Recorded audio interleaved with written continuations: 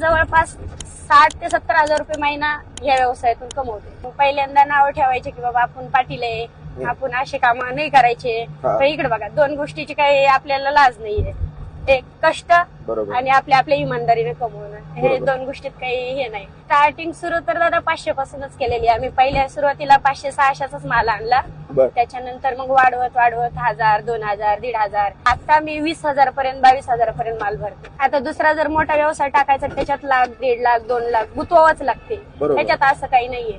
तुम्ही पहिल्या दिवशी 2-2.5 हजाराचा, आता थोडी महागाई झाली म्हणून सांगा, तर 2-2.5-3 हजाराचा माल आणला तरी तुम्ही 4,000, 4,500 कसे बनवू शकता त्याच्यामध्ये. पण त्याच्यात हार नाही मानायला पाहिजे.